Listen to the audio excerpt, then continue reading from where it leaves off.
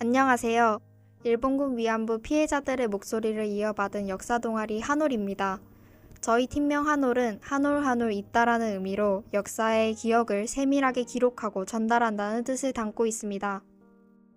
저희 한올팀은 일본군 위안부 문제에 대해 학교 교육에서 접한 것이 단편적이고 제한적이었다는 아쉬움과 이 문제가 역사적으로 매우 중요함에도 불구하고 사회적 관심이 부족하다는 점에서 문제의식을 느끼게 되었습니다. 그래서 더 많은 사람들에게 이 문제를 알리고 함께 공감대를 형성하고자 모이게 되었습니다. 그 많은 사람들 중 첫 번째 대상은 목포 제1여자고등학교 학생들입니다. 위안부에 대한 사실을 가감없이 정달하게 전달하고 그에 대한 개개인의 판단을 이끌어보고자 영상을 제작하게 되었습니다. 일본군 위안부가 강간과 폭력을 당한 위안소는 왜 필요하게 되었을까요? 첫째, 심리적 안정을 통한 군인들의 사기 진작을 위해서입니다. 일본은 장기 전쟁으로 인해 군인들의 정신적 영향이 매우 심각하다 판단해 이를 다스리는 방법의 하나로 성적 위안 시설의 확충이 중요하다고 판단하였습니다. 둘째, 군인들의 성병을 예방하기 위해서입니다. 군인의 외부 위안시설 사용으로 인한 성병이 매우 커다란 문제가 되어 외부 위안시설 사용을 금지하고 군인들만이 사용할 수 있는 군 위안소를 만드는 것이 중요했습니다. 셋째, 일본 군인들이 점령지에서 저지른 강간 사건으로 점령지 주민들로부터 예상외의 심각한 반일 감정 폭발로 점령지 통치에 곤란을 겪어 성적 위안 설비를 정비해 점령지 주민들에게 피해를 주지 않기 위해서였습니다. 이렇게 만들어진 위안소에 소녀들을 어떻게 모았을까요? 큰 돈을 벌고 와 좋은 옷을 입고 예쁘게 치장한 이웃 언니의 권유나 일본군의 허위 약속으로 위안소에 끌려가거나 일본 점령지의 거리에서 납치, 강제동원 혹은 부모로부터 팔려오게 되었습니다. 1층에는 원피스를 입고 찍은 사진을 걸어두고 일본군이 여러 사진 가운데 마음에 드는 여성의 방으로 들어갑니다. 어둡고 차가운 콘크리트 바닥에서 하루에 적으면 5명, 많으면 60명까지의 일본군의 성적인 행위를 강요받았습니다. 저항하면 구타하거나 제 몸에 칼을 찔렀습니다. 이로 기절해도 일본군은 멈추지 않았습니다. 몸 전체가 고통스러웠지만 특히 성기 통증이 심각했습니다. 성기에는 피가 흐르고 통증과 붓기가 가실 날이 없었습니다. 그곳에는 의약품이나 의료원도 없어 치료와 치료는 엄두도 못 냈습니다. 서서 걸을 수도 없었고 바닥에 누워 죽은 사람처럼 잠만 잤습니다. 일본군은 장기 전쟁으로 인한 물자 부족에 콘돔이 부족해지니 성노예 여성을 도원할 때 임신이 되지 않는 여자를 끌고 갔습니다. 저보다 어린 이들은 위안소에서 첫 생리를 시작했습니다. 성병 방지를 위한 콘돔은 부족해 아침이 되면 한번 사용했던 콘돔을 병에 모아두어 냇가에서 빨았습니다. 이는 제가 겪은 가장 치욕스러운 일이었습니다. 그곳에서 임신 중에도 일본군의 강간은 계속되었습니다. 제가 위안소에서 나올 수 있었던 건 병들어 쓸모가 없어졌기 때문입니다. 저는 위안소를 빠져나와서도 지옥 같은 나날들을 보냈습니다. 마을 사람들이 일본 처녀라 무시하고 아이들이 마을에서 놀림받고 들어오면 엄마인 나를 원망하곤 했습니다. 일본군이 나한테 한 짓 때문에 아무도 나를 원하지 않았습니다. 낯설거나 건장한 남자를 못 대면 나도 모르게 피하게 됩니다. 남자를 마주하면 가슴이 뛰고 무슨 일을 당하지 않을까 두렵습니다. 위안부 제도는 1932년부터 제2차 세계대전이 끝난 1945년까지 일본군에 의해 자행된 조직적인 성노예 제도입니다. 이러한 사실은 어떻게 공론화되었을까요? 국내의 첫 시작은 김학순 할머님이셨습니다. 1991년 8월 14일 대한민국에서 일본군 위안부 피해 사실을 최초로 공개 증언하고 일본을 상대로 소송을 제기하셨습니다. 이후 국내 피해자는 물론 필리핀, 네덜란드 등 세계 각지의 일본군 위안부 피해자의 증언이 줄을 이었습니다. 이후 피해 할머님들 중 정의기억연대 소속 할머님들의 주도로 매주 수요일 서울 종로구 중학동에 있는 주한 일본 대사관 앞에서 일본군 위안부 범죄 인정, 위안부 진상규명, 일본 국회의 사죄, 법적 배상, 역사 교과서 기록, 위령탑 및 사료관 건립, 책임자 처벌의 조건들을 요구하면서 집회하였습니다. 일부 할머님은 피해 사실 고백 이후 전 세계를 돌아다니시며 위안부에 대해 알렸습니다.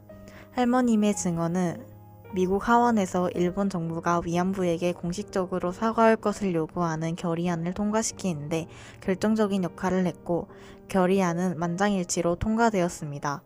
이 역사적인 사건이 영화 I Can Speak의 모티브입니다. 그럼 일본의 입장은 어떨까요? 피해자들의 증언에도 불구하고 일본 정부는 강제 연행은 없었으며 자발적으로 위안소에 들어간 것이라고 주장합니다. 피해자들에게는 놀랄만한 보수가 주어졌으며 군인들과 결혼한 경우도 많았던 위안부들을 성노예라고 부르는 것은 말도 안 된다고 말합니다. 또한 일본군 위안부 문제는 전쟁이 끝난 후 일본 정부가 다른 나라들과 맺은 여러 조약으로 완전히 해결되었다는 점을 완강하게 주장합니다. 특히 박근혜 정부 때 이루어진 2015년 한일 위안부 문제 협상 이후로 합의가 끝났기 때문에 이제 거론하지 말라는 입장입니다. 2015년 한일 위안부 문제 협상 합의는 다른 합의와 달리 최종적, 불가역적 해결 확인이 명시되어 있습니다. 즉, 이 합의가 한일 양국의 위안부 문제 해결을 위한 마지막이라고 못 박아 버린 것입니다.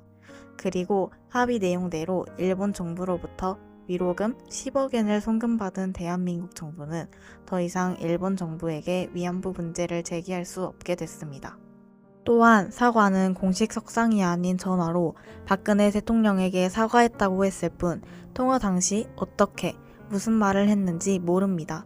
협상은 합의문의 당사자인 위안부 피해자들의 의견을 물어보지도 어떤 정보도 주지 않고 대한민국 정부가 독단적으로 처리해 위안부 피해자들은 한일 정부의 위안부 합의에 강하게 반발하였습니다. 위안부 피해자 생존자는 2025년 5월 11일 이혁선 할머님께서 세상을 떠나 정부에 등록된 피해 생존자는 6명으로 줄어들었습니다. 현재 생존자들의 평균 연령은 약 95세에 이르며 대부분이 90세를 넘긴 고령자입니다. 이제 시간이 많지 않습니다. 이는 단순히 생존자의 수가 줄어들고 있기 때문만은 아닙니다. 그분들은 역사의 진실을 증언해 줄 수 있는 유일한 목소리입니다. 한 분이 세상을 떠날 때마다 우리는 그분의 기억, 증언, 진실을 함께 잃어갑니다. 그래서 이제는 우리가 그 목소리를 이어받아야 할 때입니다. 단지 듣는 것을 넘어 기억하고 알리고 행동해야 할 때입니다. 여러분들은 흔히 역사를 시험 치르기 위한 과목, 자신의 암기에 따라 성적이 매겨지는 과목이라 여기곤 합니다. 그래서 저희 한올은 고민했습니다. 그 고민의 끝은 아주 단순했습니다. 그저 사실을 보여드리는 것, 그리고 여러분들이 이 사실을 보고 느끼고 스스로 움직이게 하는 것. 이 영상은 그 시작입니다. 저희는 여러분이 이 사실을 통해 어떤 감정을 느끼고 어떤 생각을 하게 되고 그리고 무엇이든 아주 작게라도 변화하길 바랍니다. 그 변화는 누군가의 대화일 수도 있고 오늘 하루 잠깐의 침묵일 수도 있습니다. 하지만 그저 기억만 해도 충분하다고 말하고 싶지는 않습니다. 기억만으로 부족하다는 걸 우리도 알고 있기 때문입니다. 그 목소리는 이제 우리가 이어가야 하니깐요. 여러분의 삶이 바쁘고 때로는 숨가쁘다는 걸 알고 있습니다. 하지만 이 이야기만큼은 그냥 지나치지 말아주세요. 귀 기울여주세요. 일본군 위안부 문제를 세상에 알리기 위해 끊임없이 싸워온 한 분, 영화 I Can Speak의 모티브였던 이용수 할머님을 저희가 직접 만나 젊은 세대에게 전하고 싶은 말씀을 들어봤습니다. 어렸을 때는 세상이 지금 그렇지 않아요. 없는 것도 많고 세상 어릴 때 사는 게 아니지 사는 게 아니에요. 참 고생 많이 했어요. 고생한다고 결국 16살에 걸려갔지. 16살 밤에 걸려가서 처음부터 물을 해가지고 방에 군인바 들어가라 가야 군인바 안 들어간다고 전기고문이야 고문을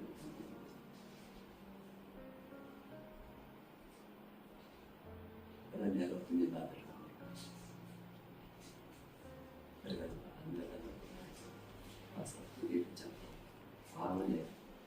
현실이었구나. 발도 찼는지 어쩐지 막 간이 떨어지는 너무 많이 맞았어요. 그래가 결국은 얘가지고 얘도 몇 분을 쬐는지 몰라요. 나한테는 소중한 게 없어요. 내가 무슨 희망이 있었나, 뭔가 있었나, 그것도 없고, 이제는 다만 내가 하려고 이거를 완성을 해야 나는 할머니들한테 가서 내가 해라고 나이가 있잖아. 언제 어떻게 될는지도 모르는데 아직도 이제 해결이 안 되니까 이걸 내가 해결 못하고 가면 안 된다는 생각. 그래서 어쨌든 해결할 생각을 하니까 누가 알아줘요. 스스로 내 스스로가 참고 견디려고 하니까 엄청 힘듭니다. 엄청 힘들어요. 그래서 내가 할 일은 이걸 완벽하게 해결하는 걸로 그래야 우리 살 수 있어요. 그게 내 할 일. 그래서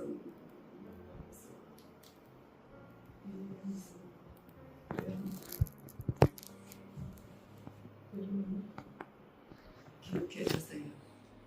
꼭. 역사 동아리 한올은 멈추지 않을 것입니다. 일본군 위안부 문제를 기억하고 알리고 행동하는 일을 계속해 나갈 것입니다. 그리고 지금 이 순간 이 영상을 보고 있는 여러분과 함께라면 그 길은 외롭지 않을 것이라 믿습니다. 이상 한올이었습니다.